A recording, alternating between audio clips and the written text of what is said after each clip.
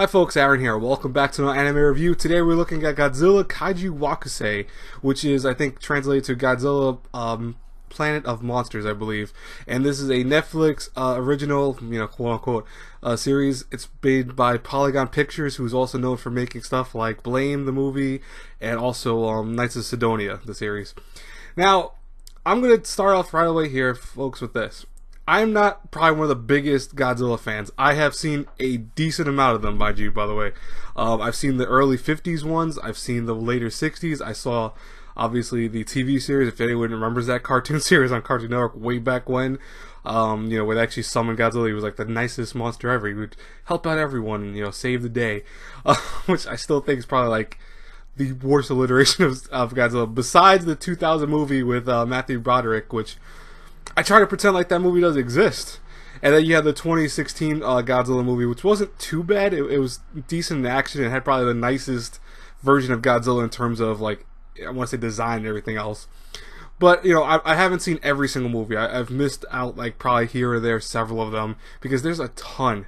And I'll tell you guys, folks, a ton of Godzilla movies. I think there's a couple dozen, maybe more, of Godzilla films, and, there are a lot of them, just bottom line to it. But I was very excited when I heard about Kaijuu Wakusei, because the thing was that, seeing, first off, the Polygon Pictures do it, I like Blame the movie, I liked Knights of Sidonia. I haven't seen the whole thing of Knights of Sidonia yet, but, I like that kind of animation because I think it's unique.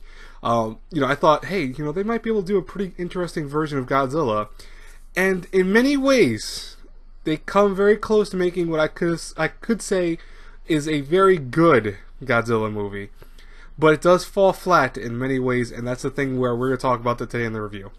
But anyways, let's talk about the story and the concepts here. So, essentially, this is a kind of post-apocalyptic version of Godzilla movie, because what we have here is humanity is facing Godzilla, and the thing is that they're failing. This thing is destroying everything in sight.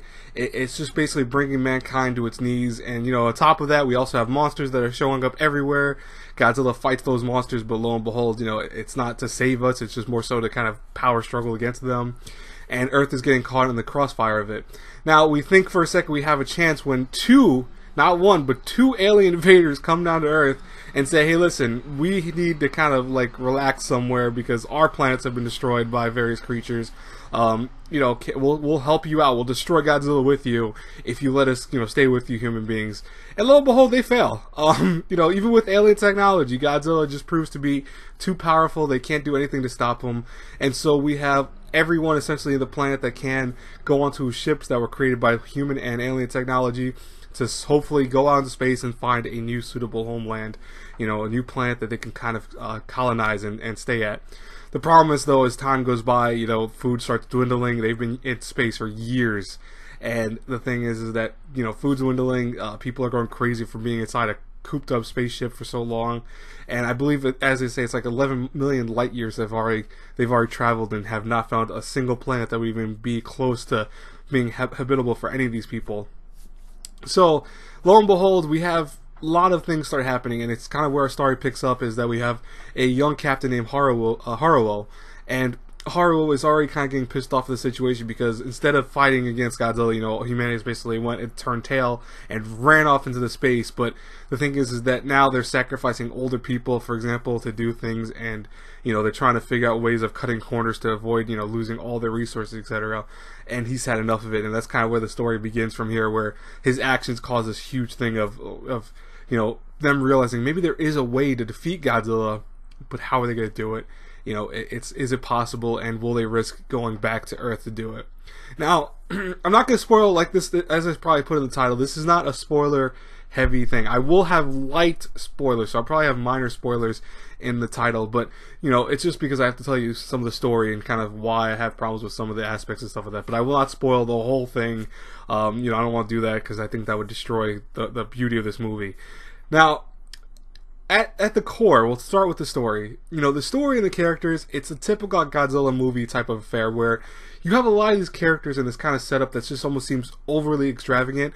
I mean, the fact that you have 3 alien races, including, if you include the human race, working together, it's crazy because there's really no substance behind it. It's like, oh, hey, we came down to the planet, we decided to help you because of our planet being destroyed, but we really don't know what these other invaders were trying to do. What, you know, how were their planets destroyed? Why did they even come to Earth of all things to do it? You know, there's a lot of like stuff like that that's not fully explained. For example, also with just the main characters like Haru and various other characters we start seeing the show, they're not fully fleshed out. They're like, you're like, who's this person? Why do we care about his relationship with so and so? Why is it that these two characters get along so well versus another character who hates someone else?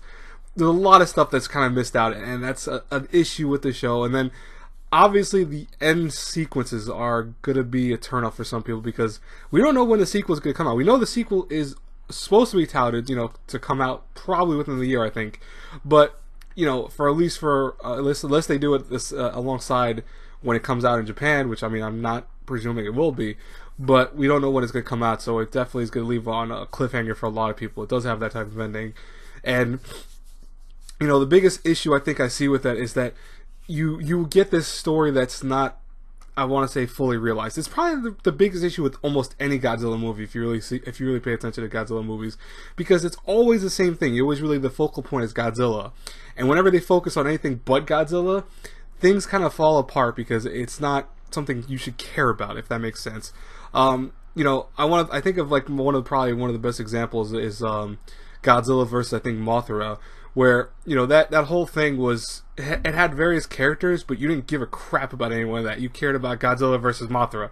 You know, that's all you cared about. You wanted to see Mothra, this giant being, fight against Godzilla. You know, that's all you cared about. And that's the thing about, you know, and Mothra's, by the way, was a giant moth if you think about that, because, I mean, Mothra, get it, but because I know there are definitely some of you viewers who have never seen a Godzilla movie, and that's okay. But, you know, it's definitely one of the things that when the focus is on Godzilla and the creatures, it works out pretty well. The issue with Kaijuu Wakusei is that it focuses on both fronts a little too much, I think, at times. And it doesn't know which one to focus on fully. Like, it does have Godzilla there, but he does not have a big role. And you're going to understand what I mean by that, because you might see him, but then you'll understand what I mean by the end of the movie. I guarantee you will probably figure it out before the end of the movie, because I realized it myself when they initialized the first battle against Godzilla after coming back to Earth 20,000 years later, because that apparently to travel the way they did, they actually had to go back to Earth, and it was only supposed to be 10,000 years more, but no, it's been like 20,000, or actually it was actually supposed to be originally 1,000 years more, and then became 20,000. But things get, you know, interesting when they start introducing Godzilla, and then they do introduce other creatures too. It's like we see Godzilla offsprings, as they're called, and they're like these smaller versions of Godzilla creatures, but they aren't a big focus. You know, they just are a thing that exists. But the problem is like I said before, it doesn't really understand how to focus on either one well enough. Like, you do get a little bit of both, especially with like the movie being an hour and a half long. You know, you're gonna get a decent amount of human time, and also you're gonna get a decent amount of action / you know, the monster fighting stuff. But, you know, it doesn't do enough for either one, and that's where it's gonna be probably the biggest detriment to people who aren't fans of Godzilla, and the people who are fans of Godzilla, because they're gonna have issues with that. And I really think the issues will be more relevant to the people who have no idea what Godzilla is, or have never really cared about Godzilla, because it's going to cause you to dislike the movie in general for that reason. And that's a shame, because I think there are a lot of cool elements. Like, I do think that having the multiple alien races is kind of an interesting take. I think that Haru's character, you know, trying to be the gung-ho, I want to destroy and kill Godzilla because he's destroyed my life and destroyed the lives of humanity, etc. You know, that's something that's kind of interesting, because we don't really typically get that quite often in Godzilla movies. You get this I want to say, people who want to fight against Godzilla and make him sure he stops, but it's always at a corny level.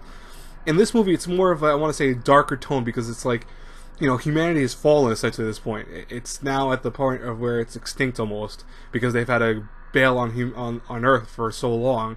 But, you know, they wanted to kill Godzilla, or at least Haru, for example, wants to kill Godzilla because he took so much away from them. And besides, just like as he says, you know, besides taking their planet, he's also taken their pride. He's taken a lot of other elements to them too. So, you know, it does have that tone to it where it's darker than most Godzilla movies, if that makes sense.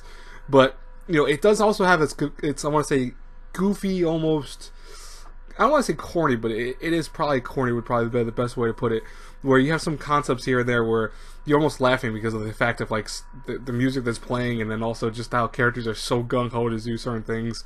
You know, that's a Godzilla trope. Like, that's something that every character does. I mean, it's a joke if you watch Godzilla movies is that you have characters that are like, oh no, we gotta stop him no matter what, or oh crap, we gotta avoid this giant laser. It's like, you know, they really overdo it. So it's like, that's probably the issue with this movie. I think it tries too hard to blend both realities, and at times it works, and at times it fails horribly because of it. And that's definitely going to be the biggest issue with the story, is that it tries, but doesn't, I don't think, execute a lot of things with it. And I guarantee if you watch it, because I do still say recommend watching it. I mean, if you, especially if you have Netflix, it's, you know, nothing lost to be watching it, but, you know, I will say that you'll understand while watching it, especially if you're a Godzilla fan. If you're not a Godzilla fan, you're probably going to dislike this movie in many ways. But if you are a Godzilla fan, you'll understand why there are a lot of things wrong with it and a lot of things that are good about it. In terms of animation, Polygon Pictures, you know, I'm always a little ho-hum with them. I think, like, Knights of Sidonia first season was very, I want to say, okay. I know a lot of people love Knights of Sidonia, but I think the first season was okay at best. The second season was, again, by the way, I did not see the whole series yet, but I didn't even finish the first one. But the thing was that I saw how the second season, they clearly boosted up the animation because it looked slightly different. You know, it looks a lot nicer. It looks sharper. I think, I want to say Ajin was another one that they did, but I'm not 100% sure of that, so I'm not going to, don't quote me on that. But, you know, Blame, for example, was amazing. I loved the way Blame looked, and I loved the environments and stuff like that. Godzilla reminds me of a mixture of Blame at times and also the original Knights of Sidonia. Like, at times it looks incredible. I love the animations for characters. I love the animations for the monsters. I think they're really solid. They don't do a lot with them because I know for a fact that they didn't want to try to push too hard and make it so the monsters look corny. You know, when Godzilla shows up in many more ways than one, I'm not going to say why I say that, but there's a reason for that. It looks solid. It looks really good, and I think that was one of the best parts of the movie. And when the action starts picking up near the end of the movie, it also looks really good.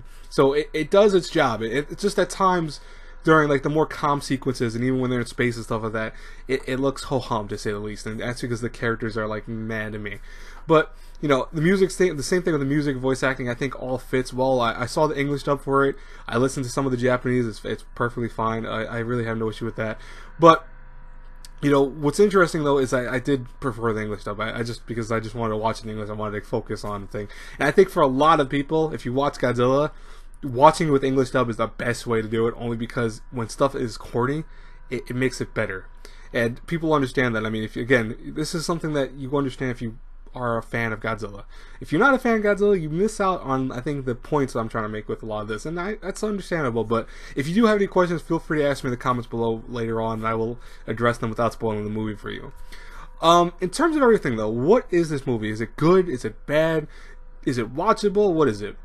I want to say that Godzilla, you know, I want to say Planet of the Monsters. I couldn't think of the whole title for it, but Kaijuu Wakusei, if you're looking at the Japanese one. It's a good movie. It does enough that it's a good movie. Is it the best movie? No, it's not the best Godzilla movie. It's not the best anime, of course, of anything. It does its job well, and I think that for the hour and a half you're watching it, you will be invested in it, especially near the mid stuff when they get back to Earth. I think that's where the movie just excels back to where it was, and I think that's where I like the movie the best. In the beginning, it's okay, you know. We have to have that set up, so you need to understand like all the characters. You need to understand certain concepts. They could have done a better job fleshing out. Like, I feel like the first half is really just meant to show these characters, but at the same time not give you enough to care about them. And that's probably one of the biggest issues with this. I mean, like, for example, you have one girl show up, I think her name's Rose, and, you know, she apparently knows Haru because she served under him when he was a captain or a regular captain. Why she cares about him so much, I don't know. Why is it that he's revered as a great captain? Again, don't know. But you know, as time goes by, you start understanding, like, from little things here and there, you start getting the concepts, but they don't really fully flesh out those concepts. And that's, like, again, I'm not going to go really into amounts of spoilers. Like, I want to, and I think it would be easier to explain what I mean, but you'll understand if you watch the movie. That's why, all that being said, if I had to rate Godzilla Kaijuu Wakusei between an A through F, I'm going to give it a B-. I gave it an 8 on Mal. It's very close on Mal to me as a 7, but, you know, with everything, I'm giving it a B- because even not as a super diehard Godzilla fan, as someone who likes Godzilla movies, but, you know, hasn't seen all of them, I think it does things right in many ways, and I think it's an enjoyable movie. However, again, for diehard fans or for people who have never seen a Godzilla movie in your life, it's going to be a struggle, I think, in many ways, because you're going to look at it with a lot of issues and stuff like that. Like, Godzilla fanboys are gonna go watch this and be like, "What? They did this wrong, and they made him look like this." And then by the end of the movie, they'll understand why they did the certain things the way they did. But they won't forgive the movie for it. They'll be like, "What? Why'd they do this? Why was it like this? Why didn't they flesh out this and that?" And then some will be like, "Okay, well, I like it for what it does." And then meanwhile, if you're completely new to it, you're gonna think the comedy moments are I want to say not the comedy, but the corny moments, I should say. You're gonna think those are not, those are ill placed, but they make sense if you're a fan of Godzilla or if you've seen any of the original movies. It makes sense. Anyways, though, I still recommend watching, especially for Netflix. I mean, there's nothing to lose by watching it, and I think you guys will enjoy it, so that's what I'm going to say. Definitely go watch it. Anyways, guys and girls, let me know what you thought about this review and what you thought about Godzilla if you actually want to go around to watching it. I will talk to you guys later. God bless you all. Until I pass crossing in the next review, if you like my reviews, you know what to do. I'll talk to you guys later. Have a good one, everyone. God bless you all. Bye-bye.